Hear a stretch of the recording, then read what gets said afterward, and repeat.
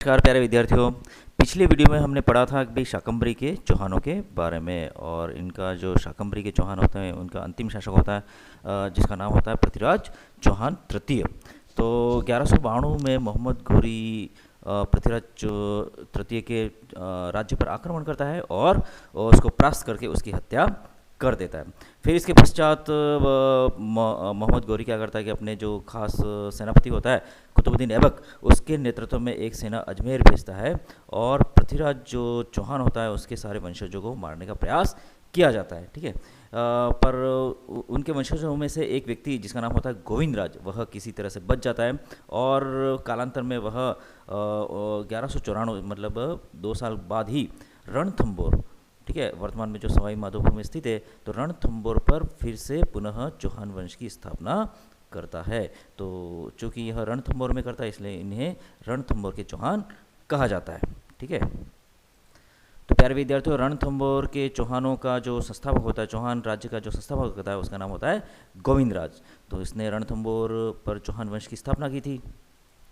गोविंदराज के पश्चात प्रमुख शासक हैं वल्हण, प्रल्हादन और वीर नारायण। तो वीर नारायण जो मुगल सुल्तान, और क्या कहते हैं, दिल्ली सल्तनत का सुल्तान था जिसका नाम था इल्तुतमिश। ठीक है, तो उसका समकालीन था और इन दोनों के मध्य संघर्ष भी हुआ था और इस संघर्ष में वीर नारायण की मृत्यु हो गई थी। और समय के साथ जो दिल्ली सल्तनत है और जो रणथंबोर का राज्य है उनके मध्य संघर्ष लगातार चलता आ रहा था। तो जैसे कि नासिरुद्दीन है तो उसने भी रणथंबोर पर हमला किया था, परंतु यहाँ के जो शासक होते हैं जैत्र सिंह, उन्होंने जो तुर्की सेना है या दिल्ली सल्तनत की जो सेना है उसको जीतने नहीं दिया था। तो प्यारे विद्यार्थियों, जो रणथंबोर के चौहान है उनका सबसे प्रसिद्ध शासक है जिसका नाम है हम्मीर देव। ठीक है, हम्मीर देव चौहान। तो यह 1282 में शासक बनते हैं और 1301 तक रणथंबोर पर राज्य करते हैं। और ये जो हम्मीर है वह बहुत ही महत्वाकांक्षी थे, बहुत ही महान थे और बहुत ही वीर थे। तो जैसे ही वह राजा बनते हैं तो वह सोचते हैं कि भाई मैं अपने राज्य को बहुत बड़ा बनाऊंगा, और इसके फलस्वरूप वह आबू पर आक्रमण करते हैं, काठियावाड़ गुजरात पर आक्रमण करते हैं, पुष्कर को जीतने का प्रयास करते हैं, चंपा है ना, धार जो मध्य प्रदेश में आता है। तो बहुत लंबे चौड़े राज्य के वह स्वामी बन जाते हैं। ठीक है, और फिर इतना बड़ा राज्य है तो धीरे धीरे यह प्रगति कर रहे हैं, तो इनकी जो प्रगति होती है उससे जो दिल्ली सल्तनत है, यहाँ के जो सुल्तान है वह डर जाते हैं। और एक बार तो 1291 में जो सुल्तान जलालुद्दीन खिलजी है वह हम्मीर के जो किला है रणथंबोर उस पर आक्रमण करने के लिए आता है, लेकिन सफलता नहीं मिलती और बिना युद्ध किए ही जलालुद्दीन खिलजी चला जाता है। ठीक है, फिर दिल्ली सल्तनत में क्या होता है कि ये जो जलालुद्दीन खिलजी है, ठीक है, तो 1296 में इसका भतीजा अलाउद्दीन खिलजी जलालुद्दीन खिलजी को मारकर दिल्ली सल्तनत पर काबिज होता है। और चूंकि अलाउद्दीन खिलजी भी विश्व विजय की कल्पना करता है और दूसरी तरफ हमारे हम्मीर देव चौहान भी हैं, वह लगातार अपने राज्य की सीमाओं को बढ़ाने के लिए प्रयासरत हैं। ठीक है, तो फिर इस दौरान एक घटना हो जाती है कि भाई अलाउद्दीन खिलजी के दरबार में जो मोहम्मद शाह और केहबरू नामक 2 मंगोल होते हैं तो वह विद्रोह करके भाग जाते हैं और वह हम्मीर देव की शरण में आते हैं। और हम्मीर देव है वह इन दोनों व्यक्तियों की मेहमान नवाजी करता है।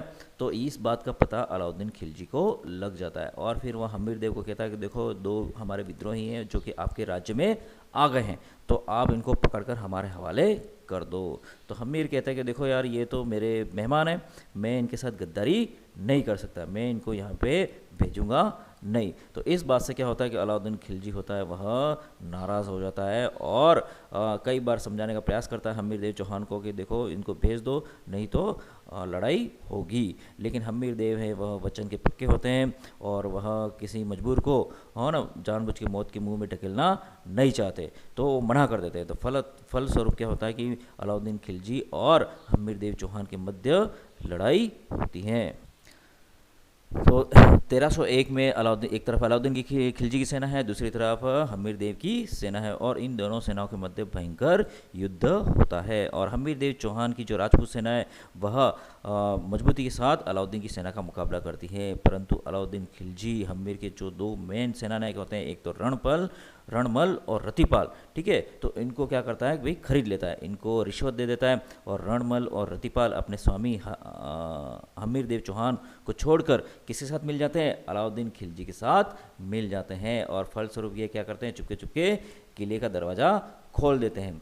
और इस कारण क्या होता है कि भाई ये अलाउद्दीन खिलजी उसकी सेना किले के अंदर घुस जाती है और फिर इसके बाद सभी राजपूत हैं वह लड़ते लड़ते वीर गति को प्राप्त हो जाते हैं। तो प्यारे विद्यार्थियों, यहाँ पर राजपूतों में एक परंपरा होती है कि अब जैसे कि पुरुषों को लगता है कि यार अब देखो आर या पार हो जाए, ठीक है, और जो महिलाएं जो बच जाती हैं परिवार की, है ना, राजपूत वीरांगनाएं, वह सोचती हैं कि देखो अब युद्ध घड़ी आ गई है और जो हमारे जो स्वामी हैं, है ना, वो जिंदा रहें या न रहें, ठीक है, तो अंतिम घड़ी आ गई। तो यहाँ पर एक परंपरा होता है कि जो राजपूत वीर पुरुष है वह केसरिया करते हैं, ठीक है, और जो बाद में जो रानियाँ होती हैं या महिलाएँ होती हैं वह जौहर करती हैं, ठीक है। तो यहाँ पर इस युद्ध में हमीर देव चौहान ने केसरिया किया था और हमीर देव चौहान की जो पत्नी होती है रंग देवी, उन्होंने महिलाओं के साथ मिलकर जौहर किया था। तो इन दोनों जो घटनाएं हैं ना, ये जो दोनों क्रियाएं हैं केसरिया और जौहर, तो इन दोनों को सामूहिक रूप से बोलते हैं साका। तो यहाँ पर कहा जा सकता है कि भाई ये राजस्थान का पहला साका था, ठीक है।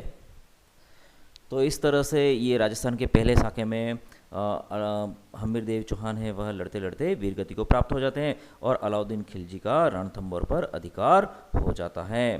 प्यारे विद्यार्थी, हमीर वीर भी था, उदार भी था, शरणागत भी था, है ना, कमज़ोरों की रक्षा करने वाला था।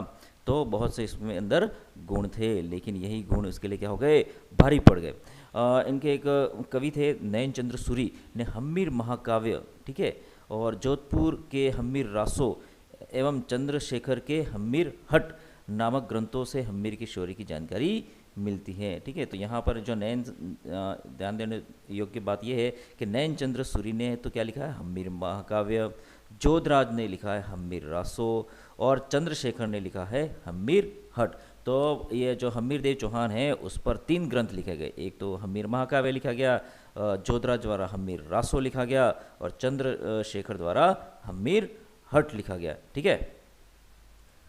तो प्यारे विद्यार्थियों, ऐसा कहा जाता है कि भाई देखो हमीर देव चौहान के दरबारियों ने भी समझाया था कि भाई इन दो व्यक्तियों, है ना, मोहम्मद शाह और केहबरू, इन दोनों के लिए पूरे राज्य को दाव पे लगाना ठीक नहीं है, आप मान जाओ। लेकिन हमीर देव मानते नहीं है और जिद करते हैं। तो इनकी ये जिद है कि वह प्रसिद्ध हो गई और हमीर हट के नाम से जानी गई। और वर्तमान में भी जनमानस में एक दोहा प्रसिद्ध है, सिंह सवन सत्पुरुष वचन, कदली फले एक बार, तिरिया तेल हमीर हट हट चढ़े न दूजी बार। तो इस तरह से हमीर देव चौहान के हट के कारण क्या हो गया कि यहाँ जो रणथंभौर के चौहान हैं, चौहानों का राज्य समाप्त हो गया। तो प्यारे विद्यार्थियों, रणथंभौर के चौहानों के पश्चात अपन जालोर के चौहानों के बारे में पढ़ेंगे। तो जालोर के चौहान भी बड़े प्रसिद्ध थे और जालोर में चौहान वंश की स्थापना करने वाला या चौहान वंश का संस्थापक जिसका नाम था कीर्तिपाल, यह सन 1181 में जालोर में चौहान वंश की स्थापना करता है। तो प्यारे विद्यार्थियों, जालोर का जो सबसे प्रसिद्ध शासक है उसका नाम है कान्हड़ देव, जो कि 1305 में शासक बनता है और 1311 तक शासन करता है। तो यहाँ पर क्या होता है कि ये जो दिल्ली सल्तनत में अलाउद्दीन खिलजी का शासन होता है और अलाउद्दीन खिलजी को दिल्ली से गुजरात में युद्ध करने के लिए जाना होता है। तो प्यारे विद्यार्थियों, आपने राजस्थान का नक्शा देखा होगा, है ना, तो दिल्ली और गुजरात के मध्य क्या पड़ता है, राजस्थान पड़ता है। और चूँकि अलाउद्दीन खिलजी की सेना यहाँ से राजस्थान में जालोर से प्रवेश करने वाली होती है, तो जो कान्हड़ देव होता है वह अलाउद्दीन खिलजी की सेना को रोक लेता है और अपनी सीमाओं में आने से मना कर देता है। तो इसके फलस्वरूप क्या होता है कि अलाउद्दीन खिलजी और कान्हड़ देव के मध्य क्या हो जाता है, विवाद हो जाता है, ठीक है। और फिर इस विवाद को सुलझाने के लिए 1305 में अलाउद्दीन खिलजी ने सेना नायक एन मुल्क मुल्तानी को सेना सहित जालोर भेजा, ठीक है। तो ये जो मुल्क मुल्तानी है वह कान्हड़ देव को समझाता है और फिर इसके बाद कहता है कि चलो अब दिल्ली चलो और राजा से या सुल्तान से बात कर लो। तो जो कान्हड़ देव होते हैं वह दिल्ली जाते हैं और दिल्ली का माहौल को देखते हैं कि भाई कान्हड़ देव का बराबर सम्मान होता नहीं है और फिर वहाँ से वह दिल्ली से आ जाते हैं। इसके फलस्वरूप 1311 में अलाउद्दीन खिलजी और कान्हड़ देव के मध्य युद्ध होता है। लेकिन राजस्थान के एक प्रमुख कवि हैं मोहनोद नैणसी, उन्होंने अपनी पुस्तक में लिखा है कुछ और कहानी बताई। उस कहानी के अनुसार देखो यहाँ पे कान्हड़ देव है, उसको कहाँ जाना पड़ता है, दिल्ली जाना पड़ता है, तो वह अपने पुत्र वीरमदेव को भी साथ में लेके जाता है। तो ये जो इनका कान्हड़ देव का पुत्र होता है वीरमदेव, वही बहुत ही लंबा चौड़ा हट्टा कट्टा बहुत खूबसूरत पुत्र होता है। और फिर इसके बाद दरबार में जो अलाउद्दीन खिलजी उसकी पुत्री होती है जिसका नाम होता है फिरोज़ा, तो वह फिरोज़ा है वह वीरमदेव को देखती है और उस पर मोहित हो जाती है और फिर अपने पिता से प्रार्थना करती है कि वह वीरमदेव से उसका विवाह करवा दे। परंतु ये जो राजपूत कान्हड़ देव होते हैं और वीरमदेव होते हैं वह अपने धर्म को भ्रष्ट नहीं करना चाहते थे। उन्होंने कहा कि हम विधर्मियों से विवाह नहीं करेंगे, हम विवाह करेंगे तो अपने कुनबे की किसी महिला से ही करेंगे। तो इस बात से क्या होता है कि भाई अलाउद्दीन खिलजी नाराज हो जाता है और जालौर पर आक्रमण करता है। तो इस तरह से दो कहानियाँ यहाँ पे प्रसिद्ध हैं। अलाउद्दीन की खिलजी की सेना इससे पहले जो सिवान का दुर्ग होता है उस पर हमला करती है 1308 में, ठीक है, और उस किले को जीत लेते हैं और उस किले का नाम रख देते हैं खैराबाद, ठीक है।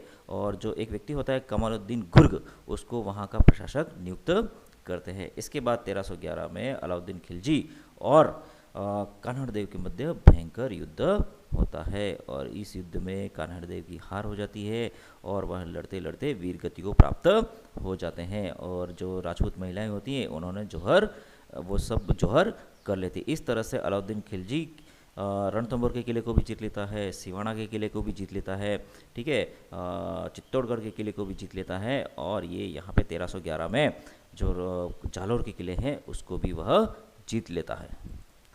और अलाउद्दीन खिलजी इस जालौर के किले को जीतने के बाद इसका नाम रख देता है जलालाबाद, ठीक है। तो प्यारे विद्यार्थियों, इस तरह से अलाउद्दीन खिलजी के आक्रमण से यहाँ पर जालौर के जो चौहान वंश है उसका भी अंत हो जाता है। तो प्यारे विद्यार्थियों, ये थे चौहान वंश। अगले टॉपिक में हम आमेर के कछवाहा वंश के बारे में पढ़ेंगे। धन्यवाद।